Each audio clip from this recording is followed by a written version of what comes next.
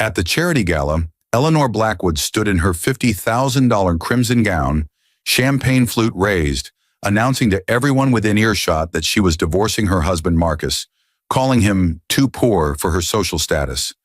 Unaware that the unassuming man she was humiliating in front of Manhattan's elite actually owned Sentinel Trust Bank, the very institution that would be approving her company's $500 million merger in exactly 72 hours.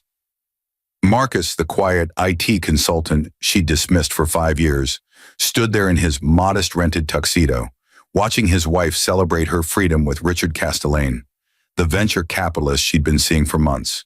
The same man whose company desperately needed Eleanor's tech firm to secure funding that only Marcus's bank could authorize. The room glittered with old money and new ambitions, but nobody knew that the most powerful person in attendance was the man being laughed at beside the champagne fountain. What would happen when Eleanor discovered that her future, her merger, her wealth, her reputation, rested entirely in the hands of the husband she just destroyed?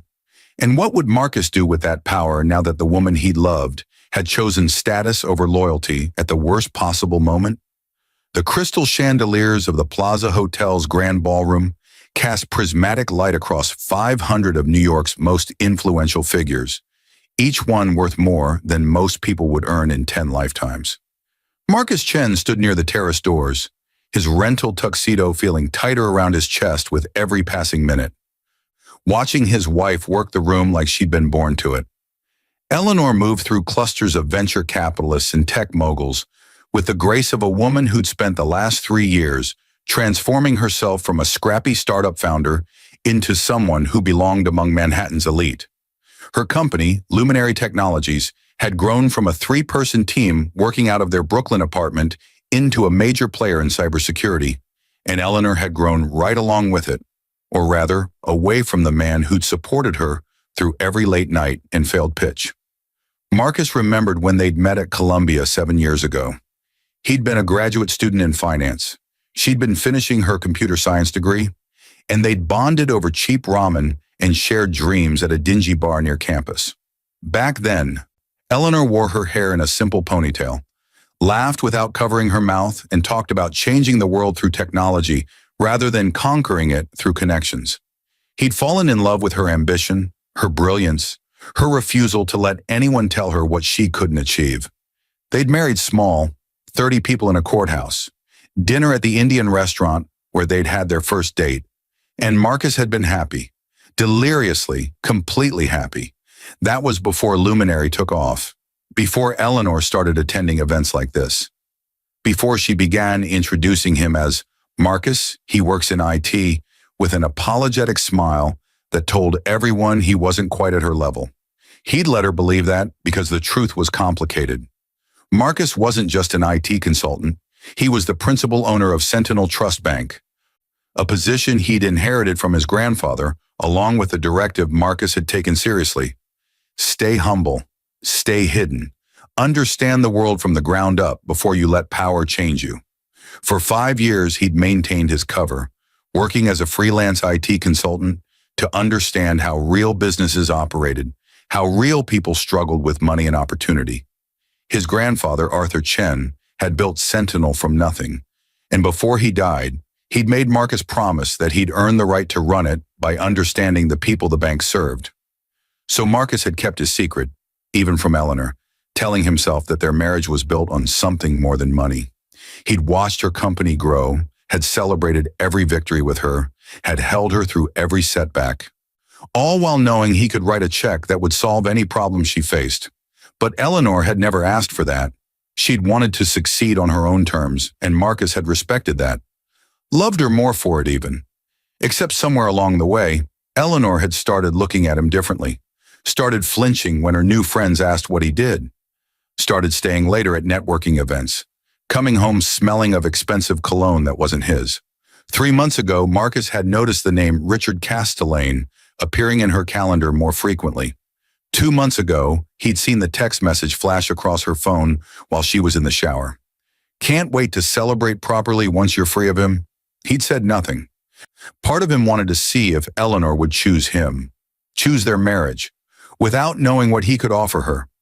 Another part of him, the part that still remembered ramen dinners and shared dreams, desperately hoped she would. Tonight had answered that question. Marcus! Eleanor's voice cut through his thoughts, bright and sharp.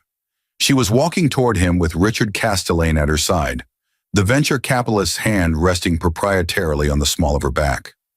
Richard was everything Marcus appeared not to be. Tall, silver-haired, impeccably dressed in a custom Tom Ford tuxedo, wearing wealth like a second skin. There you are. Richard and I have been looking for you. Marcus straightened, meeting his wife's eyes. She was beautiful tonight, almost incandescent with champagne and confidence. But there was something cold in her gaze that made his chest ache. I've been right here. Right. Well, Eleanor exchanged a glance with Richard, something passing between them that felt rehearsed. Actually, I'm glad we found you. There's something we need to discuss, and I'd rather do it now. Get it out in the open. A small crowd had begun to gather, drawn by some instinct that sensed drama. Marcus recognized several faces. Patricia Westwood, the hedge fund manager Eleanor had been courting for investment. David Chang, CEO of a competing tech firm. Amanda Sterling, whose family owned half of Manhattan's commercial real estate. People who mattered in Eleanor's new world. People who didn't know Marcus existed beyond being Eleanor's vaguely embarrassing husband. Eleanor, maybe we should talk privately, Marcus started. But she was already shaking her head. No, I think this needs to be public. Honest. She took a breath, and Marcus saw Richard's hand squeeze her waist encouragingly. Marcus, I want a divorce. The words landed like stones in still water, ripples spreading outward. Someone gasped. Marcus heard Patricia Westwood whisper to her companion.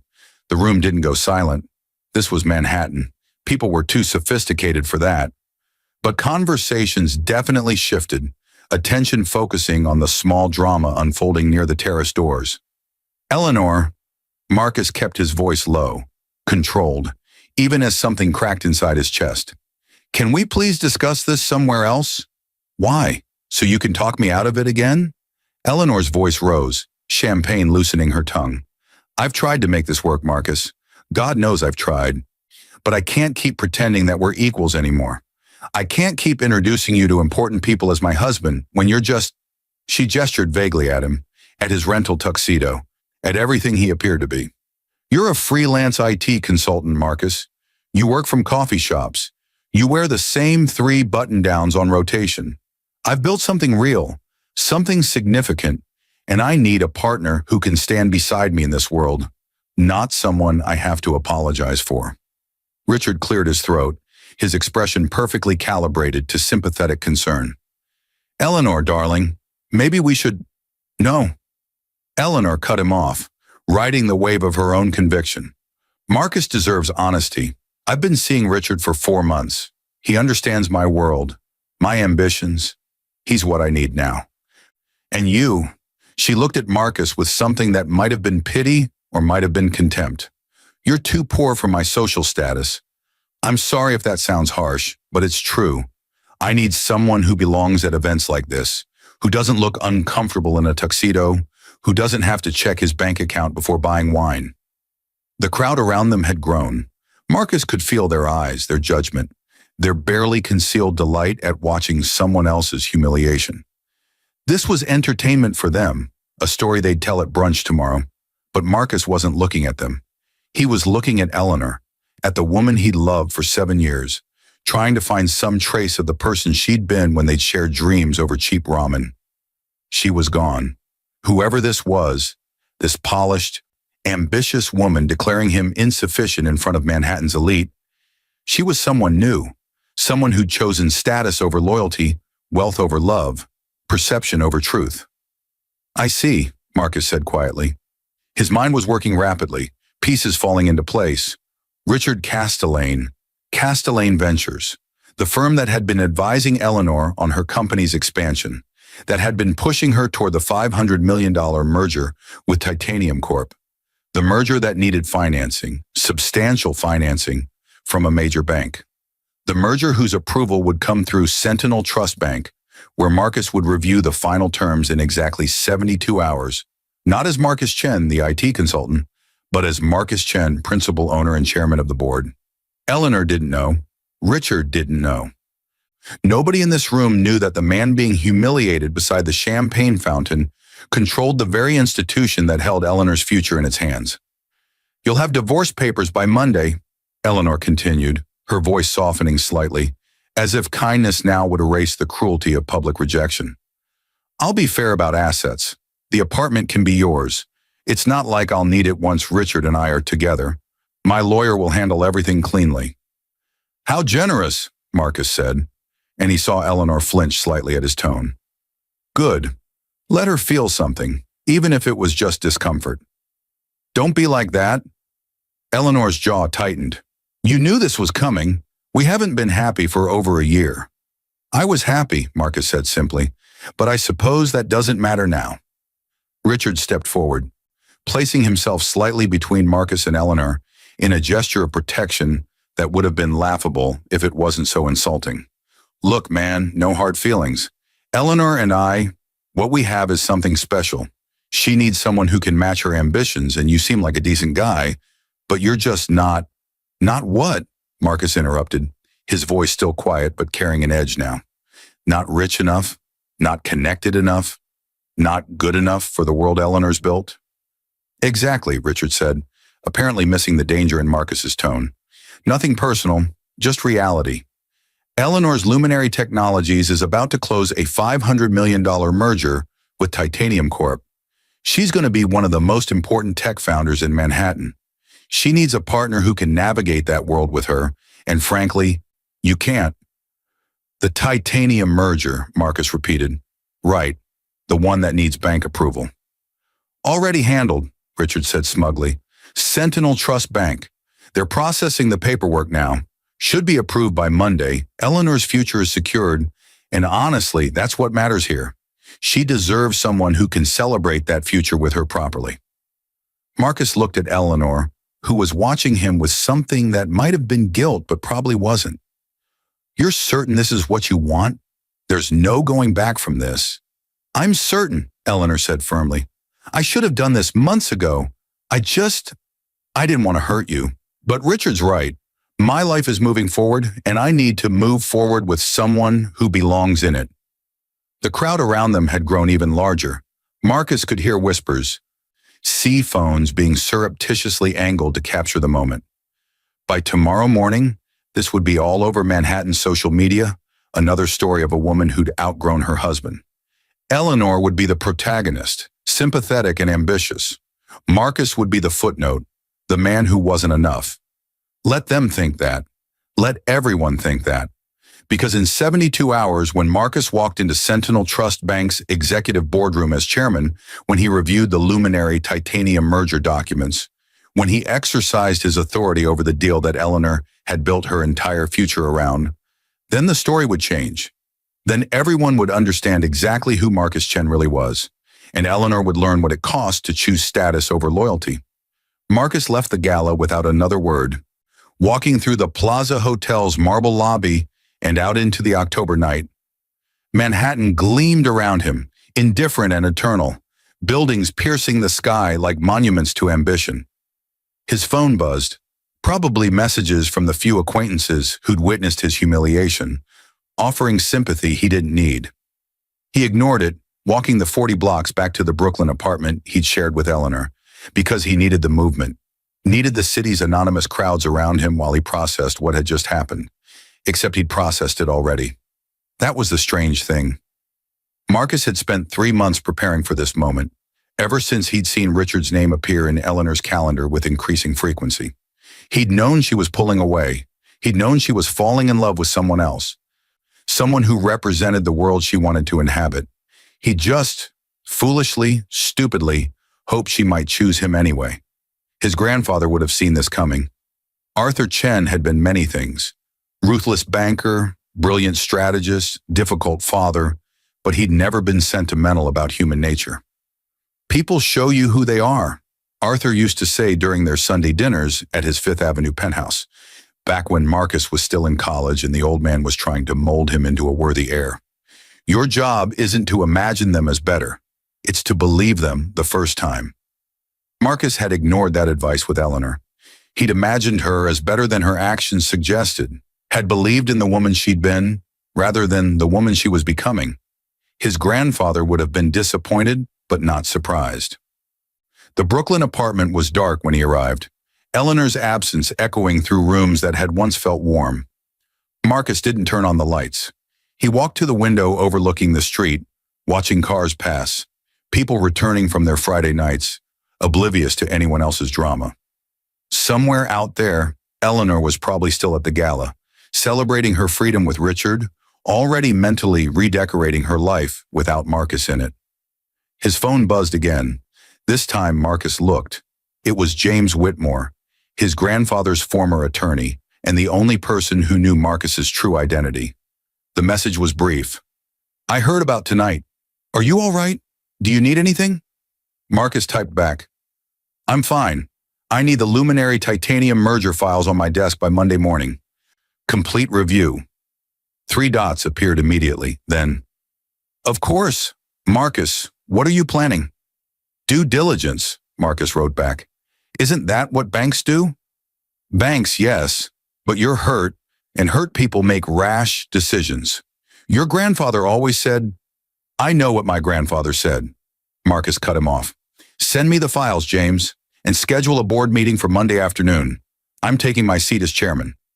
A longer pause this time, then. "It's time?" Marcus thought about that.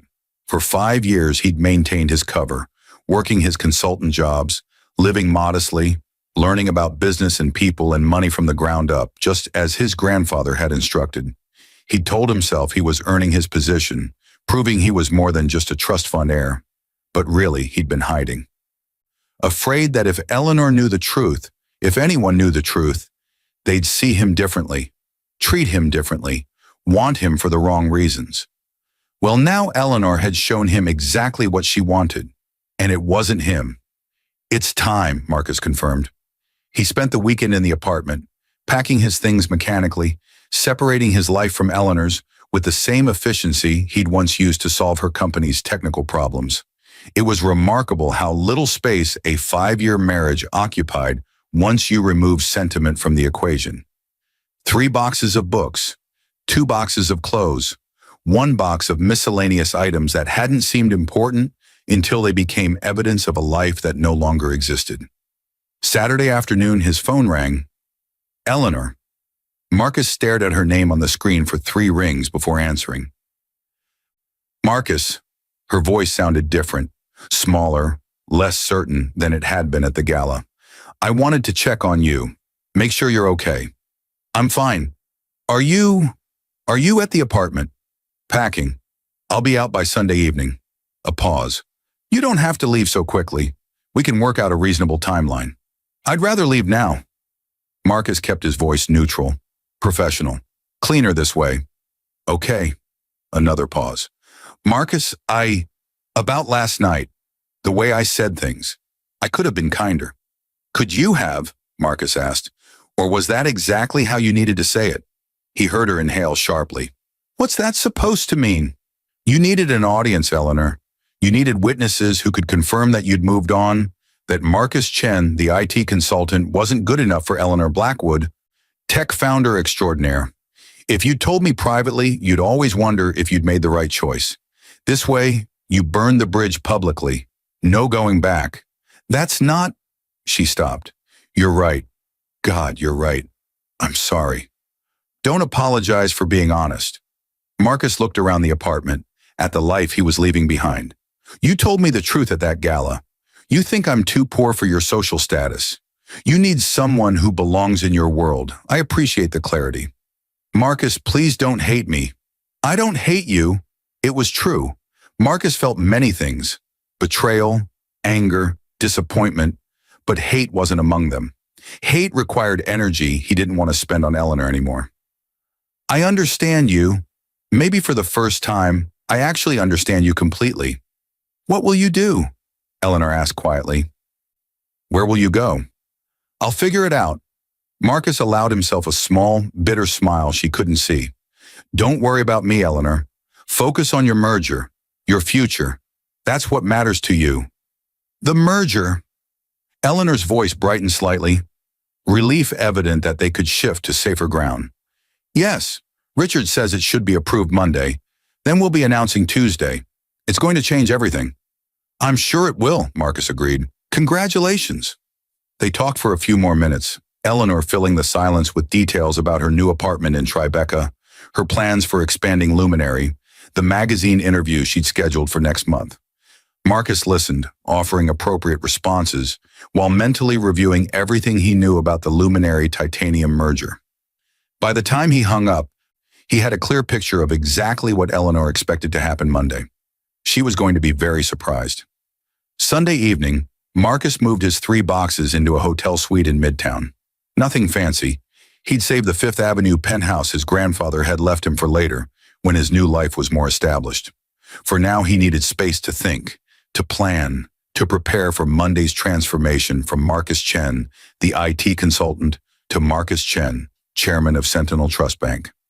James delivered the merger files personally, arriving at Marcus's hotel room at 8 p.m. with a leather briefcase and an expression of deep concern. "You look terrible," James said, setting the briefcase on the desk. "Have you slept?" "I'll sleep when this is done." Marcus opened the briefcase, pulling out the first file. "Walk me through it."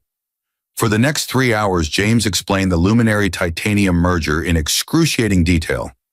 Luminary Technologies would be acquiring Titanium Corp's infrastructure division for $500 million, financed through a combination of Luminary's cash reserves, Titanium's assumed debt, and a $300 million loan from Sentinel Trust Bank. The merger would make Eleanor one of the most powerful tech founders in Manhattan, exactly as Richard had promised. Her company would triple in size overnight, positioning her for either an IPO or an even larger acquisition within 2 years. It was a good deal. Actually, it was an excellent deal, the kind that would normally receive Marcus's approval without hesitation. But Marcus wasn't feeling normal. "The loan terms," he said, studying the paperwork. "Who negotiated them?" "Richard Castellane's team," James replied. "They've been working with our commercial lending department. Standard terms for this type of acquisition: 5-year maturity, quarterly payments, covenants tied to revenue benchmarks." "And if those benchmarks aren't met," James hesitated, "then Sentinel has the right to call the loan. Standard provision. But not standard enforcement," Marcus said slowly. "Banks typically work with borrowers who miss benchmarks, renegotiate terms, extend timelines." "Yes, but—" James stopped, understanding dawning in his eyes. "Marcus, you can't be serious." "Walk me through the worst case," Marcus said. "Hypothetically, if Sentinel were to enforce the covenant strictly, what happens?" James took off his glasses, rubbing his eyes. "If Luminary misses revenue benchmarks, which they might, given how aggressive their projections are, and Sentinel calls the loan rather than renegotiating, Eleanor would need to find $300 million in cash immediately. She can't. The acquisition terms require that cash to stay in the combined company for operational needs.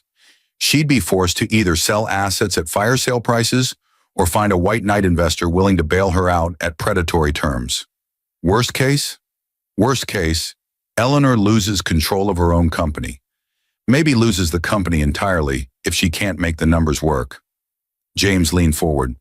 "Marcus, your grandfather built Sentinel's reputation on being a fair lender, on working with borrowers in good faith. If I what?" Marcus interrupted. "If I enforce the terms Eleanor agreed to? If I hold her accountable for the deal she signed? How is that unfair?" "It's not about fairness," James said quietly. "It's about revenge, and revenge destroys everything it touches, including the person seeking it."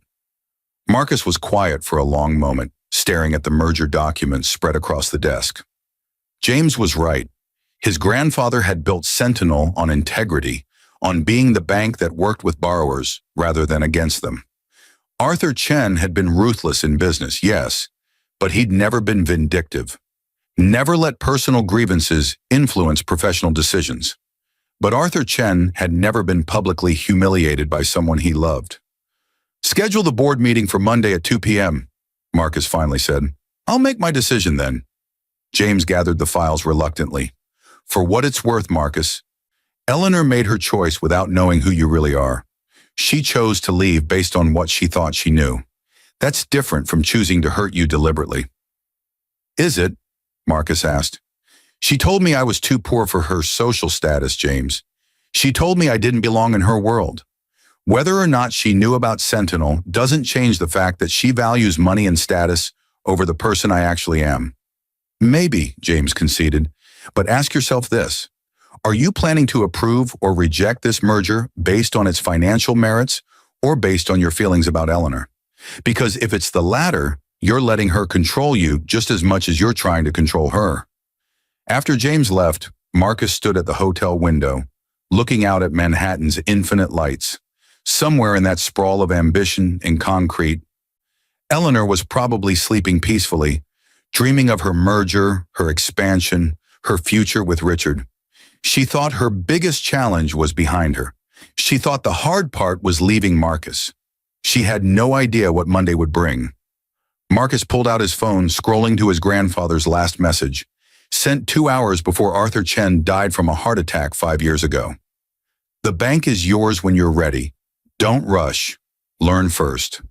But when you finally take your place, remember, power isn't about having it. It's about knowing when to use it. Marcus had learned. For 5 years, he'd learned how business worked, how people worked, how money and power flowed through the city's veins. He'd learned patience, humility, perspective. Now it was time to decide if he'd also learned wisdom. Monday morning arrived gray and cold, November asserting itself over October's last gasp. Marcus woke at 5 a.m., showered, and put on one of the custom suits he kept in storage. Briony, charcoal gray, worth more than a month's rent on the Brooklyn apartment.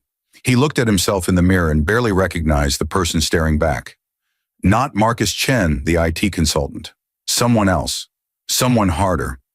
Sentinel Trust Bank occupied floors 30 through 40 of a steel and glass tower in Midtown, the kind of building designed to intimidate through sheer vertical presence. Marcus hadn't been inside since his grandfather's funeral, had deliberately avoided the place while maintaining his cover. Now walking through the lobby at 7 a.m., he felt the weight of inheritance settle on his shoulders. Mr. Chen. The security guard, Mike, according to his nameplate, stood immediately. Sir, we weren't expecting, welcome. Welcome back. Thank you, Mike. Marcus paused. You were here in my grandfather's time? 15 years, Mike said proudly. Mr. Arthur Chen hired me himself, gave me a chance when no one else would. His voice softened. We've missed you, sir. The bank has missed you. Marcus nodded, something tightening in his chest. This was why his grandfather had built Sentinel the way he had. Not just as a profit machine, but as an institution that could change lives. That could give people like Mike chances. That could be more than just money moving between accounts. The executive elevator required a key card Marcus hadn't used in 5 years. It still worked, carrying him smoothly to the 40th floor, where Sentinel's executive offices occupied real estate worth more per square foot than most people earned in a year. The elevator doors opened onto a reception area designed to convey both power and taste. Marble floors, modern art, floor-to-ceiling windows offering views of Central Park. Marcus? A woman's voice, warm and surprised. Oh my God, Marcus! Sarah Kim, his grandfather's executive assistant and the person who'd actually run Sentinel's day-to-day operations, while Arthur Chen made strategic decisions, crossed the reception area quickly. She was in her 50s, elegant and competent, and she'd sent Marcus a check-in email every month for 5 years, updating him on the bank's operations without ever pressuring him to take his place. Sarah? Marcus found himself smiling genuinely for the first time since the gala. It's good to see you. Good to see you. She hugged him quickly, professionally. Marcus, it's been 5 years. We were beginning to think you'd never come back. I needed time. I know. Sarah studied his face, and Marcus saw understanding there. But you're here now. Does this mean... I'm taking my seat as chairman, Marcus confirmed. I'm calling a board meeting for 2 p.m. I need you to notify the directors. Sarah's expression shifted, professional now. Of course, anything specific on the agenda? The Luminary Technologies merger. I want a full review. Something flickered in Sarah's eyes. Surprise, maybe concern. But she simply nodded. I'll have the files in the boardroom by noon. Marcus, if you don't mind my asking, is everything all right? You seem... I'm fine, Marcus said, the lie smooth now. Just time to step into the role I should have taken years ago. He spent the morning in his grandfather's office, his office now, reacquainting himself with the bank's operations. Sarah had kept meticulous records, her monthly emails translating into detailed reports on every major decision, every significant loan, every strategic move. Sentinel was healthy, profitable, respected. Arthur Chen's legacy was intact. At 11 a.m., James arrived with coffee and concern. The board is assembling, he said, setting a cup on Marcus's desk. They're surprised but pleased to see you. Most of them knew this day would come eventually. Most of them? Patricia Morrison asked if you're planning to make changes. She's worried about her position. James paused. Marcus, these people have been running Sentinel in good faith during your absence. If you come in and start making drastic decisions based on personal issues, I'm not going to fire Patricia, Marcus said, or anyone else who's been doing their job well. That's not what I mean, and you know it. Marcus sipped his coffee, looking out at Central Park. The Luminary merger, from a purely financial perspective, how does it look? James sighed. Solid. Luminary's fundamentals are strong. Eleanor's built a good company with real revenue and real prospects. The merger makes strategic sense. Yes, there's risk in the revenue projections, but it's manageable risk. If you asked me to approve this loan without knowing anything about Eleanor or Richard, I'd say yes without hesitation. And knowing what I know? That's the question, isn't it? James set down his own coffee.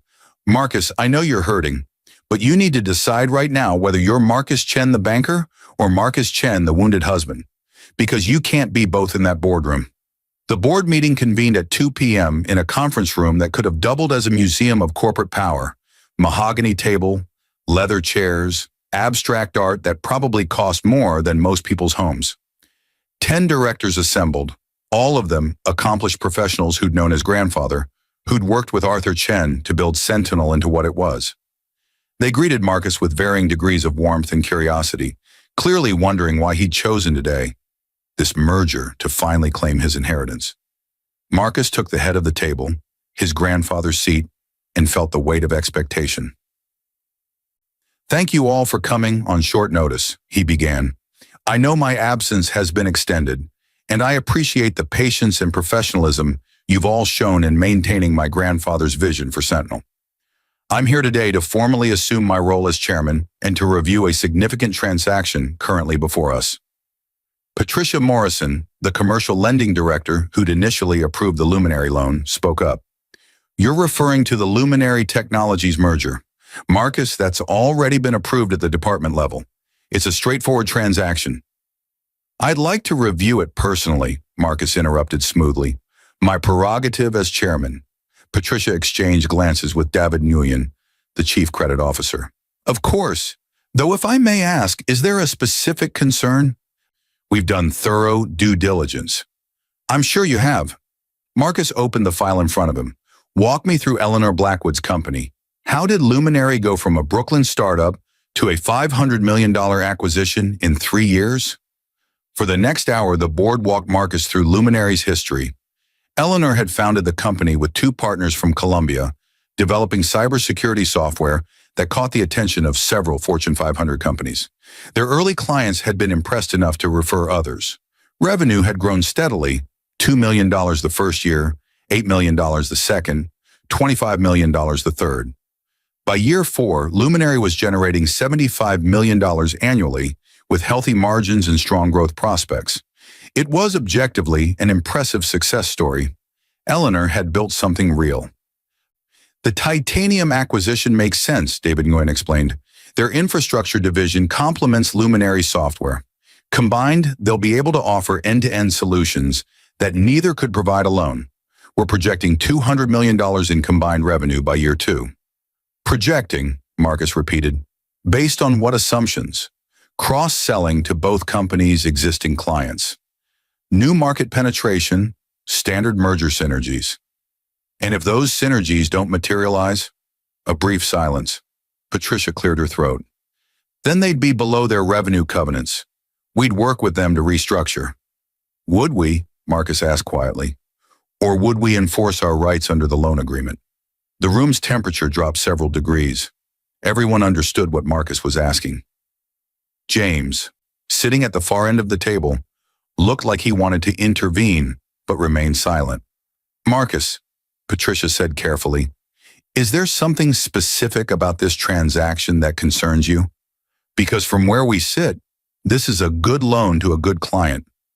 Eleanor Blackwood has built a strong company. She's a credible borrower. Yes, there's risk in any acquisition, but that's why we have covenants, to protect both parties. In personal relationships, Marcus asked, should those factor into lending decisions? Patricia frowned. I'm not sure I understand the question. Marcus leaned back in his chair. Eleanor Blackwood is my wife. Was my wife. We're divorcing. She announced it at a charity gala Friday night in front of half of Manhattan's business community. Called me too poor for her social status. She's now involved with Richard Castellane, the same man who's been advising her on this merger. The silence was absolute. Several board members looked stunned. James looked resigned. Patricia's expression shifted from confusion to understanding to concern. You didn't know, Marcus said. It wasn't a question. No, Patricia admitted. You've kept your private life very private. We knew you were married, but we didn't know to whom. And Richard Castellane's involvement, we knew he was Luminary's advisor, but she stopped. Marcus, I understand this must be incredibly difficult, but we need to keep personal feelings separate from business decisions. Do we? Marcus asked. Because it seems to me that personal feelings are very much part of business decisions. Eleanor chose to leave me because she didn't think I had enough money or status. She made a decision based entirely on her perception of my financial value. Now her financial future depends on my approval. How is that not personal? David Nguyen spoke up. With respect, Chairman, if we start making lending decisions based on personal relationships or grievances, we compromise everything Sentinel stands for. Your grandfather built this bank on integrity, on being the institution that businesses could trust to make fair decisions based on merit, not connections or revenge. My grandfather also taught me that people show you who they are, Marcus countered. Eleanor showed me exactly who she is. She values money and status above loyalty or character. She made that crystal clear. Now I'm supposed to hand her $300 million and trust that she'll use it responsibly, that she'll meet her covenants, that she won't make the same character-based decisions in business that she made in our marriage? That's not fair, James said quietly. Everyone turned to look at him. Marcus, I know I'm here as your advisor, not a board member, but I need to say this. You're conflating two different things. Eleanor's decision to leave you was about compatibility, about what she needs in a partner. That doesn't tell us anything about her business judgment or her ability to run Luminary successfully. Doesn't it? Marcus challenged. She walked away from a 5-year marriage without hesitation because she decided I wasn't valuable enough. What happens when her business faces challenges, when the merger gets difficult? Will she show the same lack of commitment? The same willingness to abandon ship when things don't meet her standards? Patricia leaned forward. Marcus, I understand you're hurt. This isn't about being hurt, Marcus snapped, his control slipping slightly. This is about whether Eleanor Blackwood has the character to deserve $300 million of Sentinel's money. And based on what I've seen, based on what she's shown me about who she really is, I'm not convinced she does. The board members exchanged uncomfortable glances. They were in impossible territory, caught between their chairman's clear personal vendetta and their professional obligation to evaluate loans fairly. I need to see more, Marcus finally said. I want updated projections. I want personal financial statements from Eleanor and her partners. I want independent verification of their client relationships. And I want all of it on my desk by Wednesday. Marcus, Patricia protested, the merger is supposed to close Friday. We've already given our commitment. Then I suggest you work quickly, Marcus said coldly. This meeting is adjourned. The week that followed was brutal. The board worked around the clock assembling the documentation Marcus demanded, all of them aware that their chairman was operating from wounded pride rather than business logic. Eleanor called Tuesday afternoon, her voice tight with stress. Marcus, what are you doing? He'd been expecting this call. Due diligence. Due diligence? The bank already approved our loan. We're supposed to close Friday. Do you know what you're doing to me? To my company. I'm doing my job. Eleanor. Your job? Her voice rose. What job? You're an IT consultant. The moment hung between them, crystalline and fragile. Marcus could end this right now. Could tell Eleanor the truth, watch her world realign as she understood exactly how badly she'd miscalculated. But something held him back. Not mercy exactly, but a need to let this play out, to see what Eleanor would do when she thought she was negotiating with an institution rather than her ex-husband. The bank has concerns, Marcus said neutrally, about your projections, about whether the merger assumptions are realistic. You'll have your answer by Thursday. Concerns? Marcus, what's happening? Did someone at the bank find out about us? About the divorce? Is someone punishing me because of... She stopped. Oh my God, Marcus, I'm not what? Eleanor? You're not sabotaging my deal because you're angry at me? Her voice had gone quiet, almost frightened. Marcus, please. Whatever I did, whatever I said at the gala, this is my company. This is years of work. Don't destroy it because you're hurt. Marcus looked out his office window at Central Park, at the city spreading beyond it. I would never sabotage a good deal, Eleanor. If your merger is as solid as you believe, you have nothing to worry about. But if it's not, if the bank rejects us, Eleanor's breath caught. Marcus, I've burned other bridges. Richard convinced me that Sentinel was a sure thing, that we didn't need backup financing. If this falls through, I'll have to restart the whole process. It could take months. The titanium deal will collapse. My investors will lose confidence. Everything I've built. Then I suggest you pray your numbers are as good as you claim they were, Marcus said and hung up. He felt sick immediately after. James had been right. This wasn't banking. It was revenge wearing banking's clothes. His grandfather would have been ashamed. Wednesday afternoon, Sarah knocked on his door with unusual hesitation. Marcus, there's someone here to see you. She doesn't have an appointment, but she says it's urgent. Who? Eleanor Blackwood. Marcus's hand tightened on his pen. Send her in. Eleanor entered his office, and for a moment, Marcus forgot to breathe. She looked exhausted, dark circles under her eyes, hair pulled back in a hasty ponytail, wearing jeans and a sweater instead of her usual power wardrobe. She looked for the first time in 3 years like the woman he'd married. Eleanor. She stopped inside the door, looking around the office with visible confusion. Marcus, I don't understand. Why are we meeting here? This is Sentinel Trust Bank's executive floor. I asked for you at reception, and they sent me up to the chairman's office, but understanding hit her like a physical blow. Marcus watched her face cycle through confusion, realization, shock, disbelief. No, she whispered. No, this isn't. You can't be chairman of Sentinel Trust Bank, Marcus confirmed quietly. Principal owner. I inherited the position from my grandfather 5 years ago. Right before we got married, actually. Eleanor sat down abruptly in one of the visitor chairs, her face pale. You've been, all this time, you weren't an IT consultant? I am, but I'm also Arthur Chen's grandson and heir. I've spent 5 years learning the business from the ground up before taking my place, just as he instructed. During that time, yes, I worked as an IT consultant, to understand how real businesses operate, how real people struggle with money and opportunity. Marcus kept his voice level, professional. My grandfather built this bank on integrity, Eleanor, on understanding the people we serve.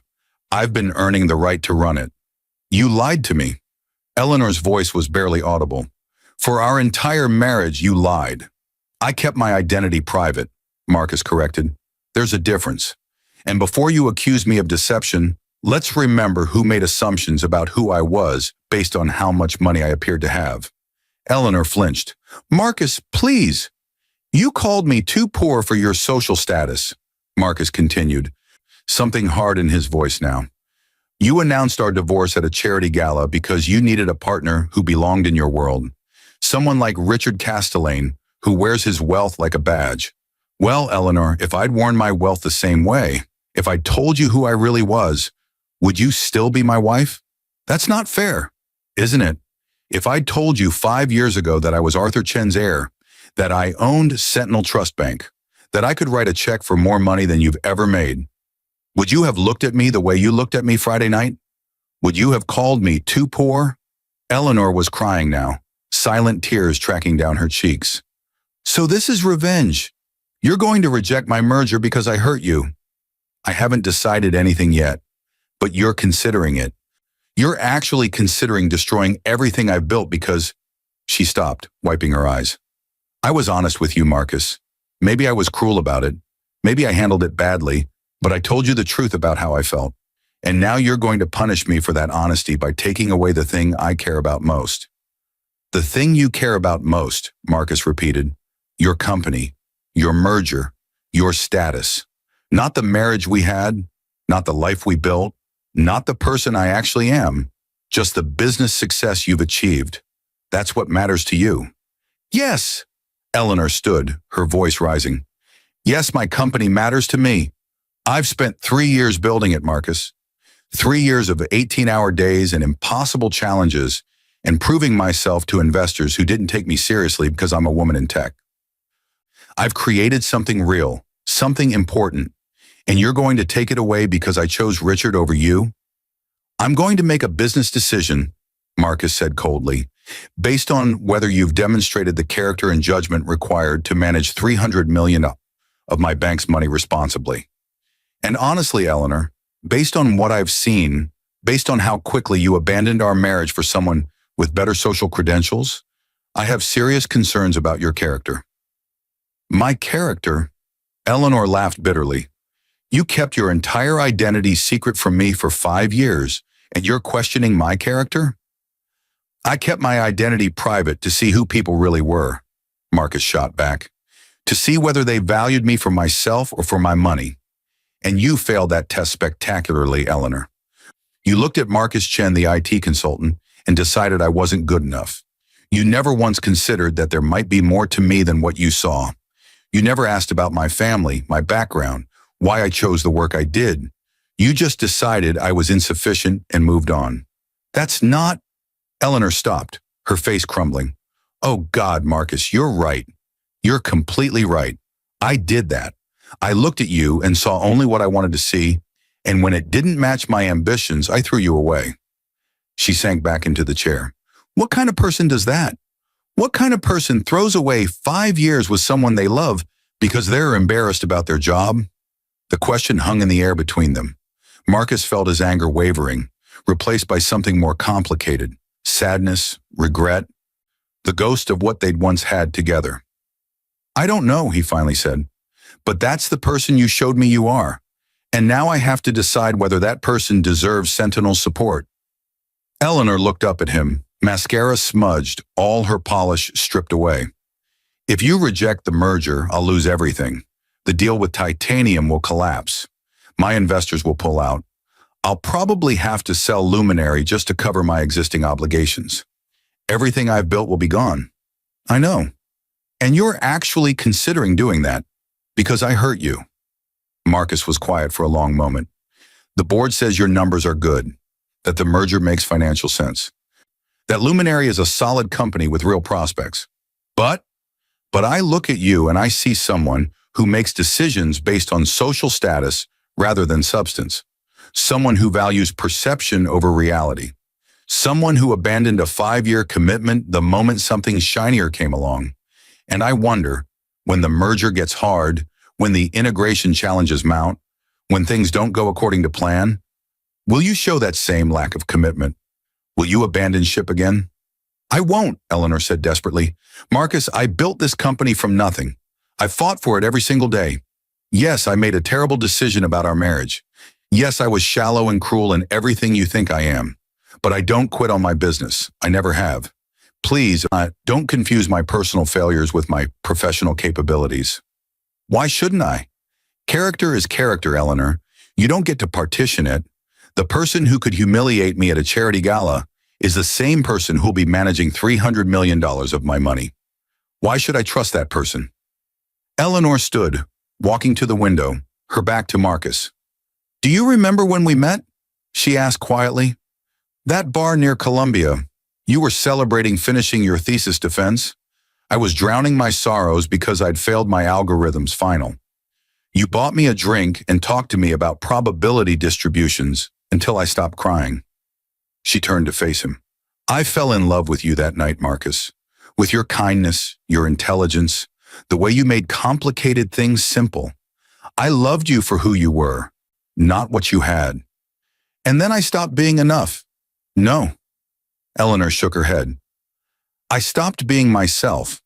I got so caught up in building Luminary, in proving I could succeed, that I turned into someone I don't even recognize. Someone who cares about social status and appearances and all the superficial bullshit that doesn't actually matter. You're right. I failed your test. I looked at you and saw only what I wanted to see, and what I wanted to see was someone who could enhance my status, rather than someone who loved me for who I actually am. She was crying again. I'm so sorry, Marcus. I'm so sorry. You deserved better than what I gave you. Marcus felt something crack inside his chest. This was the Eleanor he'd married, the woman who could acknowledge her mistakes, who could be vulnerable, who could see past her own ambitions to the people around her. This was the person he'd loved. But was it real? Or was Eleanor simply telling him what he needed to hear to get what she wanted? I need time, Marcus said finally, to think, to separate my personal feelings from the business decision. The board meets again tomorrow. You'll have your answer by end of day. Eleanor nodded, wiping her eyes. Okay, thank you for at least considering it, for not just rejecting us outright. She moved toward the door, then stopped. Marcus, for what it's worth, I do still love you. Not the way I should have, maybe not in a way that would have made us work long term, but I love you, and I'm sorry I hurt you. Regardless of what happens with the merger, I'm so sorry. After she left, Marcus sat in his office until night fell, watching Manhattan's lights emerge like stars across the city's landscape. Everything in him wanted to reject the merger, wanted to make Eleanor feel the way he'd felt at that gala. Insufficient, dismissed, worthless. But James's words kept echoing. Are you Marcus Chen the banker, or Marcus Chen the wounded husband? If he rejected the merger, Eleanor would lose everything she'd built. Her company would collapse. Her reputation would be destroyed. She'd spend years rebuilding what a single decision, his decision, had taken away. But if he approved it, was he rewarding her betrayal? Teaching her that character didn't matter? That success excused cruelty? His phone buzzed. A text from James. Whatever you decide tomorrow, make sure you can live with it for the next 30 years. Because you will. Marcus thought about his grandfather, about the legacy Arthur Chen had built, about the kind of man Arthur had tried to mold him into. His grandfather had been ruthless, but never vindictive, hard but never cruel, powerful but never petty. Arthur Chen would have approved the merger. The realization hit Marcus like cold water. His grandfather would have looked at Luminary's numbers, seen a good company making a smart acquisition, and signed off regardless of personal feelings. Because that's what integrity meant. Making the right decision even when the wrong one would feel better. But Marcus wasn't his grandfather. He was younger, angrier, more wounded. And part of him, a large part, wanted Eleanor to suffer the way he'd suffered. Thursday morning, Marcus called an emergency board meeting. The directors assembled quickly, all of them clearly anxious about which version of their chairman would appear, the professional banker or the wounded husband. Marcus took his seat at the head of the table, the Luminary file in front of him. I've reviewed the additional documentation, he began. Luminary's financials are solid. Their client relationships are real. The merger projections are aggressive but achievable. From a purely business perspective, this is a good loan. Relief rippled through the room. Patricia started to smile.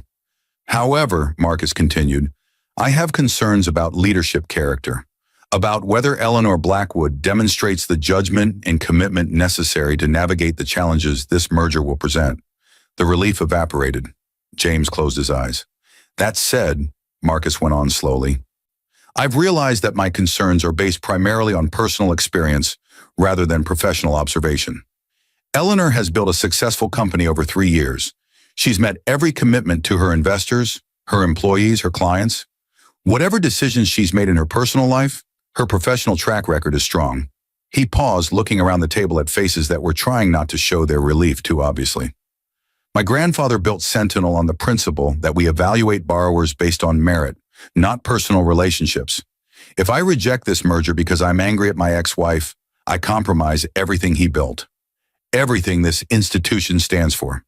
Marcus took a breath. Therefore, I'm approving the loan. Standard terms, standard covenants, standard administration.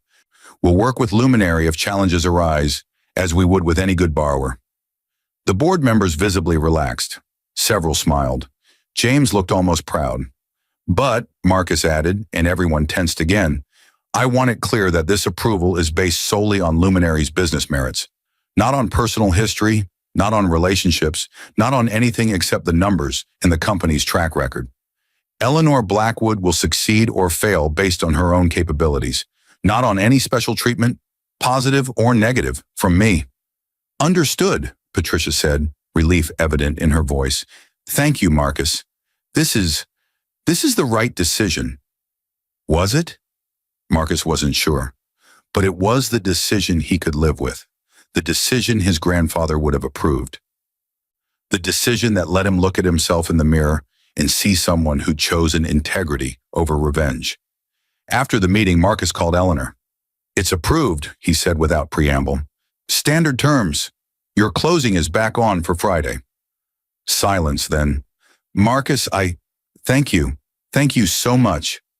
I don't know what to say. Say you'll prove I made the right decision. I will. Eleanor's voice was thick with emotion. I promise, Marcus, I'll make this work. I'll build something you can be proud of. Build something you can be proud of, Marcus corrected. This isn't about me anymore, Eleanor. This is about you proving to yourself what you're really capable of when you stop caring about status and start caring about substance. I will. A pause. Marcus, I know we're done. I know I destroyed what we had and there's no going back. But I want you to know that you're a better person than I am, a stronger person. I hope someday I can be half as good as you are. We'll see, Marcus said.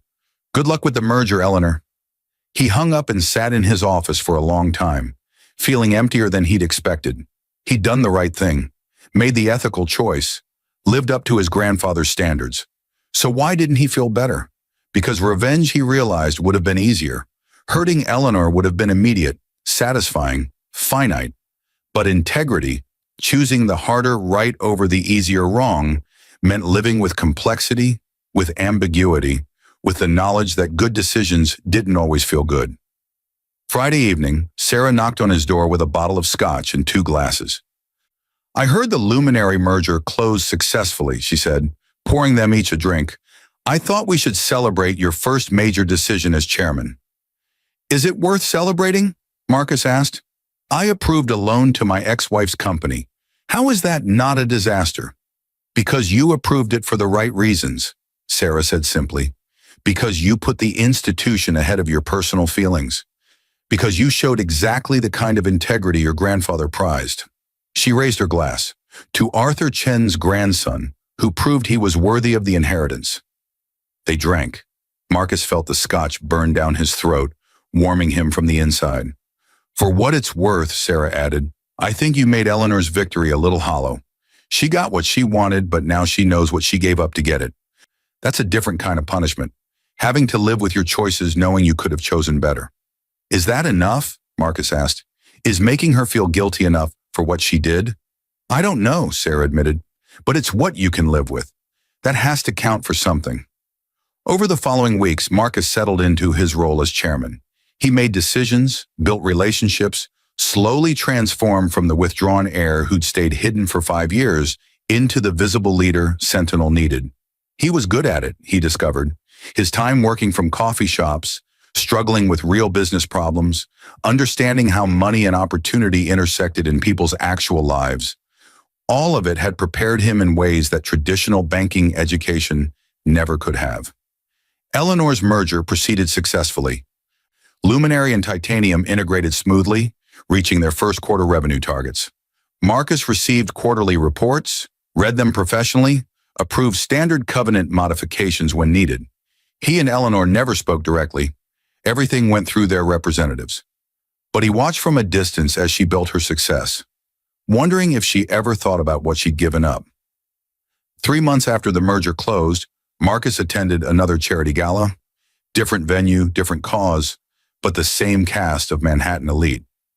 He came as himself this time, Marcus Chen, chairman of Sentinel Trust Bank, wearing a custom tuxedo that made his rental from that previous night look laughable. People who'd ignored him before wanted to talk now. People who'd witnessed his humiliation pretended they hadn't. People who'd laughed wanted introductions. Marcus was polite to all of them and genuine with none. Halfway through the evening, he saw Eleanor across the room. She was with Richard still, wearing another expensive gown, laughing at something a venture capitalist was saying. But when her eyes met Marcus's, the laughter stopped. Something passed between them, regret, maybe, or recognition of what they'd lost. Richard followed Eleanor's gaze, stiffening when he recognized Marcus. He whispered something to Eleanor, probably warning her to stay away, to not jeopardize the business relationship with her ex-husband. But Eleanor walked over anyway. Richard tried to follow, but she waved him back. Marcus. She stopped a careful distance away. You look good, happy. I am, Marcus said, surprised to find it was true. Sentinel is going well. I'm enjoying the work. I'm glad, Eleanor hesitated. I wanted to thank you again for approving the merger, for choosing the high road when you could have destroyed me. I approved a good business deal, Marcus said neutrally. That's all. That's not all. Eleanor looked around the ballroom, at the wealth and status she'd once thought were so important. I've been thinking a lot about that night, about what I said to you, about why I said it. Eleanor, we don't need to— I was terrified, she interrupted, of not being enough, of being that girl from Brooklyn who didn't belong with these people. I thought if I had the right partner, the right image, the right everything, then maybe I'd actually deserve to be here. She laughed bitterly. Turns out I already had the right partner. I was just too stupid and scared to see it. Marcus felt something soften in his chest. We both made mistakes. No, Eleanor shook her head. You made one mistake, not telling me who you really were. I made 1,000, caring more about perception than reality, valuing status over substance, throwing away someone who loved me for someone who enhanced my image. She looked at Marcus directly. Richard and I broke up last week. He wanted access to Sentinel's network, not me. Funny how that works. I'm sorry. Don't be. I learned something valuable, that the person I was becoming wasn't someone I liked very much. So I'm trying to change, trying to be more like the person I was when we met, when I cared about building something meaningful rather than looking impressive. That's good, Marcus said. Your company should benefit from that. My company? Eleanor smiled sadly. Right. Not me, not us, just my company. She started to turn away, then stopped. For what it's worth, Marcus, you won. You proved you were the better person, that you had more integrity, more character. I hope that gives you some satisfaction. It doesn't, Marcus admitted, because this wasn't about winning or losing. It was about two people who stopped understanding each other, who wanted different things, who made bad choices that hurt each other. He paused. I hope you build something great with Luminary, Eleanor. Something you can be proud of, not because it'll prove anything to me, but because you deserve to succeed at what you're passionate about. Eleanor's eyes filled with tears. Thank you, she whispered. That's more generous than I have any right to expect. She walked away back to the party, back to her life without Marcus in it. He watched her go, feeling something that wasn't quite closure but was close enough. Later, driving home through Manhattan's glittering streets, Marcus thought about power and revenge, about integrity and choice. He'd had the opportunity to destroy Eleanor, had held her future in his hands and chosen to let it go. Not because she deserved mercy, necessarily, but because he deserved to be better than his worst impulses. His grandfather had been right. Power wasn't about having it, it was about knowing when to use it. And sometimes the greatest power was in choosing not to use it at all. in letting people succeed or fail on their own merits, in holding yourself to a higher standard than the one applied to those who hurt you. Marcus had learned that lesson at tremendous personal cost, but he'd learned it, and in the end, that knowledge, that hard-won wisdom about who he wanted to be, was worth more than any revenge could have provided. The city lights blurred past his window, each one representing someone's ambition, someone's dream, someone's belief that they could build something lasting in this temporary world. Marcus was one of them now, not hiding anymore, not pretending to be less than he was, but stepping fully into the role he'd inherited and the man he'd chosen to become. It wasn't the ending he'd imagined when Eleanor had announced their divorce at that charity gala. It wasn't closure or vindication or victory, but it was something better. It was integrity. And Marcus could live with that,